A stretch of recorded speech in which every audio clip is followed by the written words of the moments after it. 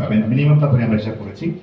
সেক্ষেত্রে 36টা ফ্ল্যাটের 40% আসে 14.4 মানে 14.5টা ফ্ল্যাট পাওয়া যাবে। মালিক কয়জন জমি? 10 জন। প্রত্যেকে একটা করে পাবে, এরপর 4.5টা ফ্ল্যাট থেকে যাবে। এই 4.5টা ফ্ল্যাট যদি বিক্রি করে দেন, প্রতি স্কয়ার ফিট নিমতলাতে এখনই সুখের ঠিকানা নামক আবাসিক এলাকায় পার স্কয়ার ফিট এখনই 6,000 করে বিক্রি হয়। বর্তমান রেট কত? 6,000। সেই রেটে যদি আমরা ধরি, এখানে যেহেতু একটা ইকোনমিক জোন, এখানে 6,000 করে ধরলে তাহলে দাম হয় কত? 93,60,000 টাকা। আর 4.4 যে এক্সট্রা ফ্ল্যাট আছে, এটা দিয়ে যদি গুণ করি তাহলে রেজাল্টটা দাঁড়ায় 4,11,84,000। তার মানে অতিরিক্ত 4.5টা ফ্ল্যাট বিক্রি করে এই পরিমাণ টাকা পাওয়া যাবে। এর মালিক কয়জন? 10 জন। 10 জনকে ভাগ করে দিলে প্রত্যেকে পাবে 41 টাকা 18,000। তার মানে প্রত্যেকে একটা ফ্ল্যাট পাবে আর অতিরিক্ত টাকা পাবে কমপক্ষে 41 লাখ। বর্তমান রেশিওতে যদি আমরা ভাগ করি, কিন্তু আগামী 10 বছর পরে ও সব মিলিয়ে কত পাওয়া যাবে তাহলে? ফ্ল্যাটের দাম 93,60,000 আর এক্সট্রা পেলাম 41 লাখ। দুটা যোগ করলে 1,34 লাখ। আপনার বেনিফিট হলো মাত্র 7.5 থেকে 8 লাখ টাকা। আপনার রিটার্ন হলো আগামী 10 বছরে 1,34 লাখ। এটা হলো মিনিমাম। এবার 10 বছর পরে বা 8 বছর পরে ফ্ল্যাটের দাম নিশ্চয়ই এরকম থাকবে না। ততদিনে দ্রব্যমূল্য বৃদ্ধি অথবা টাকার মূল্যস্ফীতিতে এটা সর্বনিম্ন 10,000 টাকা স্কয়ার ফিট হবে মিনিমাম। যেহেতু আরো 8 বছর, আমি বলবো আরো বেশি হবে, কারণ টাকা যে ঘোড়ার গতিতে ছুটছে তাতে মূল্য এত কম, স্ফীতিটা আরো বেশি। তো যাই হোক, 10,000 করে যদি স্কয়ার ফিট ধরি তাহলে 1560 আমাদের 1,56 লক্ষ টাকা দাঁড়ায় আপনার ফ্ল্যাটের মূল্য। আর অতিরিক্ত ফ্ল্যাট থেকে মোট পাওয়া যাবে 6,86,40,000। 10 দিয়ে ভাগ করলে প্রত্যেকে পাবেন 68,64,000। তাহলে এক্সট্রা ফ্ল্যাট থেকে 68 লাখ আর নিজের ফ্ল্যাট থেকে 1,56 লাখ। দুটো যদি যোগ করা হয় তাহলে ফলাফলটা দাঁড়াচ্ছে 1,56,68 লাখ মিলে 2,24,64,000।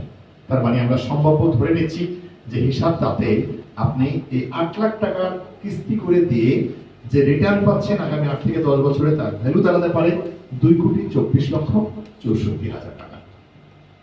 সুতরাং আমরা যে যারা মধ্যবিত্ত, অল্প আয় করছি, যারা সম্ভব না একটা ফ্ল্যাট কেনার, জীবনে যে ইনকাম করছি ঢাকা শহরে এসে, তার ম্যাক্সিমামটা 40 থেকে 50% বাড়ির মালিককে তুলে দিতে হচ্ছে।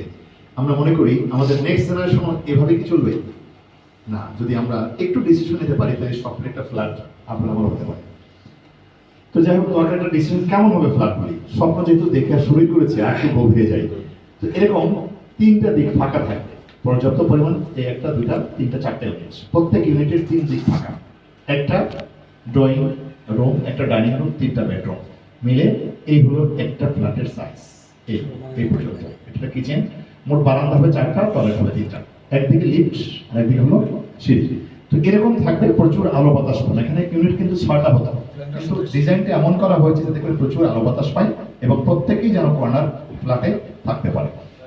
তো এভাবে করে সাজানো হয়েছে ফ্ল্যাটগুলো। সুতরাং চলুন আমরা যে স্বপ্ন দেখছি সেটা মাতৃভূমি সিটিতে সহজেই আমরা চাইলেই বাস্তবায়ন সম্ভব। কি আমরা চাচ্ছি তো সবাই? অবশ্যই। এবার একটু শেষের দিকে চলে যাব। আমাদের মাস্টার প্ল্যানটা তুলে ধরছি।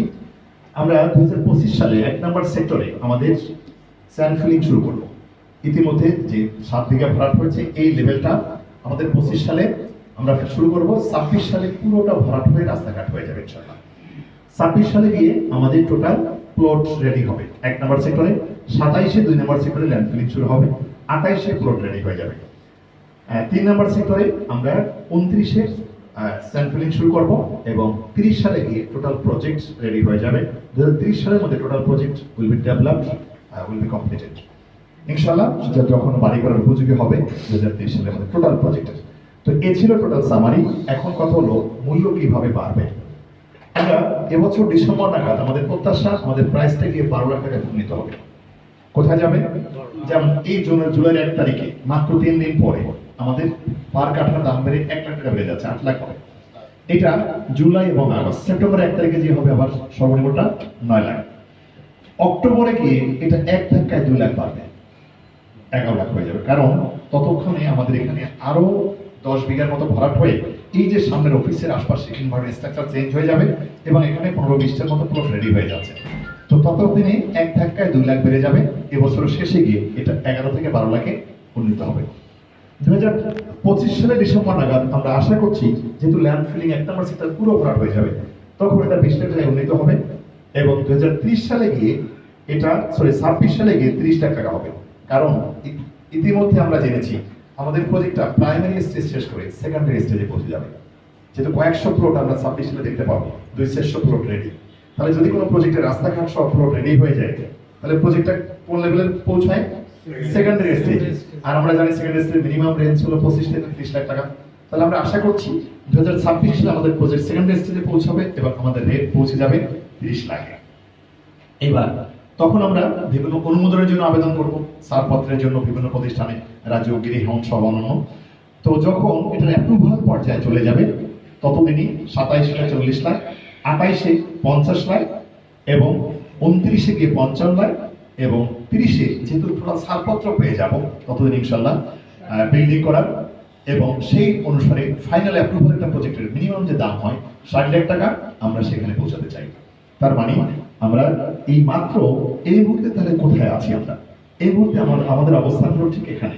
আমরা 7 লাখ টাকা এখন 7.5 লাখ করে প্রাইস, এখানে হলো 10 লাখ, এখানে আমরা 25 আমরা এখানে যাব, 26 এখানে পৌঁছাবো, 27 এখানে যাবে, 28 এখানে, 29 এবং 30 সালে আপনি যদি ডিসিশন নিতে পারেন আজকে এই মুহূর্তে এখানে থেকে ছোট্ট ছোট্ট করে আপনি ইনস্টলমেন্ট দিবেন আর প্রাইস এভাবে করে হু করে বাড়তে থাকবে।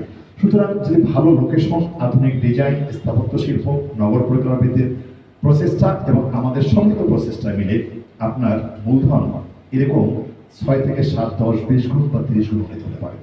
সুতরাং দরকার আমাদের সুন্দর একটা ডিসিশন। তো আমাদের কিছু প্যাকেজ রয়েছে, আমি খুব বেশি এটা যাব না। বিজনেস প্যাকেজ আছে, যারা ফ্লোটে থাকতে চান না। ম্যাক্সিমাম প্রজেক্টগুলোতে শুরুর দিকে যারা আসেন তারা কিন্তু বিল্ডিং করে থাকেন না, তারা 2 থেকে 3 বছর পরে বিক্রি করে বের হয়ে যান, হয়তো কিছু রেখে যান। আবার সেকেন্ডারি স্টেজে কিছু লোক এসে আবার জমি কিনে প্লট রেডি দেখে তারাও হয়তো 2-3 বছরে আবার এখান থেকে বিক্রি করে বের হয়ে যান। তৃতীয় পর্যায়ে যারা আসে তারা একবারে বাড়ি করে এখানে থাকেন। তো সেই হিসাবে আমরা বিজনেস প্যাকেজগুলো সাজিয়েছি। শুরুর দিকে ম্যাক্সিমাম লোকে বিজনেস করার জন্য আসেন। 4টা 5 কাঠার প্লট পাশাপাশি 20 কাঠা হয়। 3 বছরের জন্য 36 কিস্তিতে আপনি যদি টাকা দেন, ফুল পেমেন্ট করা দরকার নেই। মিনিমাম 7 লাখ ক্যালকুলেশন আগে করা, 1 তারিখে আমরা চেঞ্জ করব, সেই হিসাব রয়ে গেছে। তো 7 লাখ করে যদি ধরা হয় তাহলে 20 কাঠার দাম হয় 1,40 লাখ। বুকিং মানি হলো 4 লাখ, ডাউন পেমেন্ট হলো মিনিমাম 10 লাখ, সব মিলে 14 লাখ টাকা যদি দেওয়া হয়, 96 কিস্তিতে আসে 1,31 লাখ। 36 কিস্তি টাকা যদি আপনি দেন, সেক্ষেত্রে মোট টাকা দেওয়া হয় 47 লাখ 16,000। 3 বছরে টোটাল পে, 3 বছরে আপনি মোট মূল্য পরিশোধ করেছেন বুকিং, ডাউন পেমেন্ট এবং ইনস্টলমেন্ট সহ 61 লাখ 16,000। এবার 3 বছর শেষে আমরা জানি আমাদের মূল্য কি কোথায় দাঁড়াবে? 30 লাখ। আমরা সেকেন্ড স্টেজে পৌঁছে যাব 26 সালে, 30 লাখে গিয়ে দাঁড়াবে। তাহলে 20 কাঠার দাম কত? 6 কোটি টাকা। আপনি বিক্রি করে দিলে 6 কোটি টাকা পাবেন। আপনি 20 কাঠা পেয়ে 6 কোটি থেকে কোম্পানি এখন আপনার কাছে 78 লাখ 84 টাকা পাওনা আছে, কি তাই নাকি? আপনি সেই পেমেন্টটা দিয়ে দিলেন, এটা মাইনাস করলেন, আপনার নিজস্ব বিনিয়োগটা আপনি রিটার্ন করে নিয়ে নেন, তারপরেও আপনার প্রফিট থাকে 4 কোটি 60 লাখ টাকা। তারপরে আপনি বিনিয়োগ করেছেন মাত্র 61 লাখ টাকা, প্রায় 62 লাখ 62 লাখ, আপনি প্রফিট পেয়েছেন 4 কোটি 60 লাখ। তো এক কথায় যদি আপনি এটা মনে করেন যে আমি নিজে সেল করব, তাহলে যদি কোনো প্রতিষ্ঠানকে দেন, তারা সেল, মার্কেটিং, বিজ্ঞাপন যাবতীয় খরচ যদি তারা নেয়, আমি ধরে নিচ্ছি প্রায় 90 লাখ টাকা আপনি খরচ করে দেন পেছনে, তাহলেও আপনি 3 কোটি 70 লাখ টাকা মিনিমাম আপনার প্রফিট মেক করতে পারবেন। তাহলে মাত্র 3 বছর সময়, বিনিয়োগ হলো 61 লাখ, সর্বসাকুল্যে আপনার রিটার্ন হলো, নেট প্রফিট হলো 3 কোটি 70। সুতরাং টাকাকে 5 থেকে 6 গুণ বা 7 গুণ বাড়ানো যায় এখানে বিনিয়োগ, যদি ভালো পজিশনে আপনি বিনিয়োগ করতে পারেন। এভাবে করে আপনি চাইলে 6 কাঠা 10 কাঠা 12 কাঠা বা 20 কাঠা প্লট বিজনেস প্যাকেজ নেওয়ার সুযোগ আছে সামর্থ্য অনুপাতে। আমি একটা ক্যালকুলেশন দেখালাম শুধু। সুতরাং আজকের আপনার এই আলোচনা থেকে যদি আমরা জানি, একটা হলো বিনিয়োগ আর একটা হলো সেভিংস। মধ্যবিত্তদেরকে সবাই পরামর্শ দেয় সেভিংস করুন, সেভিংস করুন, সেভিংস করুন। আচ্ছা, মধ্যবিত্তরা কেন তো সেভিংস করার দিকে সবাই গুরুত্ব দিচ্ছে? আমরা কি কখনো খেয়াল করেছি?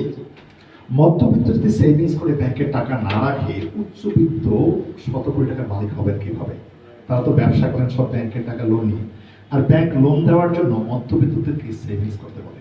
কখনো উচ্চবিত্তরা সেভিংস করে না, তারা ইনভেস্ট করে, আর মধ্যবিত্তরা সেভিংস করে। তাহলে উচ্চবিত্ত মধ্যবিত্তের প্রধান ব্যবধান এখানে আমরা যে টাকা ব্যাংকে রাখি সেই টাকা দিয়ে বড় লোকেরা তার টাকাকে 10-15-20 গুণ বানায়।